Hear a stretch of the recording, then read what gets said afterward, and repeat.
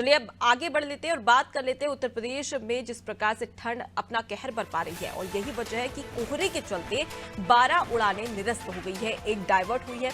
लखनऊ से आने वाली 12 उड़ानें निरस्त हुई, एक उड़ान को दिल्ली एयरपोर्ट डाइवर्ट किया गया है। बेंगलोर की 3 और दिल्ली की 2 उड़ानें निरस्त। एयरपोर्ट पहुंचे यात्रियों को निराशा का सामना करना पड़ रहा है। पटना लखनऊ के बीच 2 उड़ानें निरस्त की गई है। उड़ानें रद्द होने के बाद यात्रियों ने हंगामा भी शुरू कर दिया। हंगामा कर रहे यात्रियों को होटल में ठहराया गया है। कोहरे के चलते करीब 23 उड़ानें तय समय से लेट है। यात्रियों से भरा लखनऊ एयरपोर्ट का टर्मिनल, जिसे साफ तौर पर देखा जा सकता है कि किस प्रकार से कोहरे की वजह से परेशानियों का सामना यहां पर यात्रियों को करना पड़ रहा है। शादाब हमारे साथ में जुड़े हुए। शादाब, जिस प्रकार से हमने देखा कि उत्तर प्रदेश में ठंड की वजह से लगातार कहीं ना कहीं बहुत सारी परेशानियों का सामना यहां पर करना पड़ रहा है और कई सारी उड़ानें भी निरस्त हो गई है। अब ऐसे में यात्रियों को किस प्रकार से सहूलियत दी जा रही है और यहां पर यह भी जानकारी में आ रहा है कि एयरपोर्ट पर जो तमाम यात्री थे उन्होंने जमकर हंगामा भी किया है।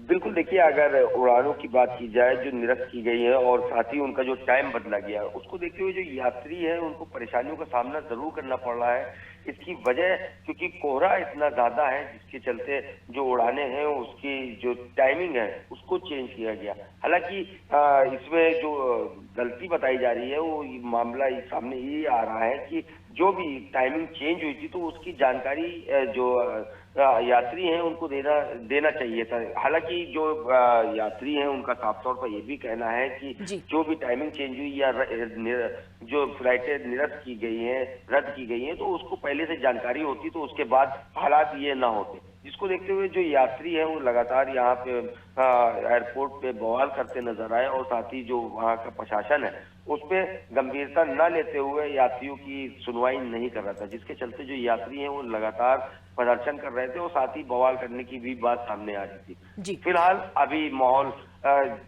जो यात्री हैं वो लगातार इसकी मांग कर रहे थे कि जो भी इसकी नुकसान हुआ है उसकी भरपाई जो एयरपोर्ट प्रशासन है वो करे। हालांकि अभी इस पे कोई जानकारी जो आधिकारिक तौर पर कोई जानकारी नहीं आई है, लेकिन देखना ये होगा कि क्या निकल कर सामने आता है। जी शादाब, जिस प्रकार से हमने देखा कि पिछले भी कई सारी उड़ानें कोहरे की वजह से निरस्त कर दी गई थी, डाइवर्ट कर दी गई थी, ऐसे में यात्रियों को खासी परेशानियों का सामना भी करना पड़ रहा है।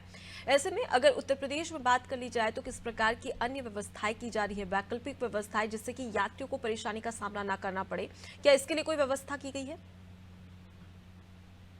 बिल्कुल, अगर बात करें जो यात्री हैं ये उनको लेकर भी ये बात सामने आई थी कि जो अधिकारी हैं उन्होंने साफ तौर पर ये बात कही थी कि जो यात्री हैं उनको कोई भी दिक्कतों का सामना न करना पड़े, जिसके लिए उन्होंने कई सुविधाएं भी दी।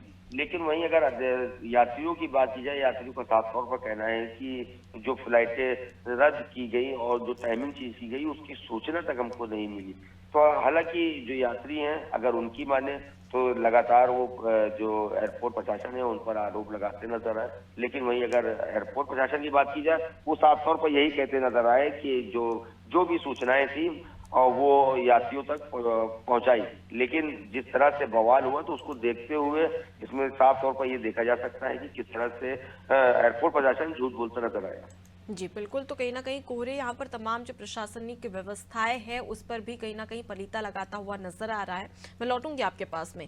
तो देखिए, कोहरे के चलते 12 उड़ानें निरस्त कर दी गई है, एक डाइवर्ट, और ऐसे में तमाम जो यात्री हैं वो खासा परेशानियों का सामना करना पड़ रहा है और ऐसे में जो यात्रीगण हैं वो काफी आक्रोशित भी नजर आ रहे हैं और इसी का सामना अब प्रशासन को करना पड़ रहा है।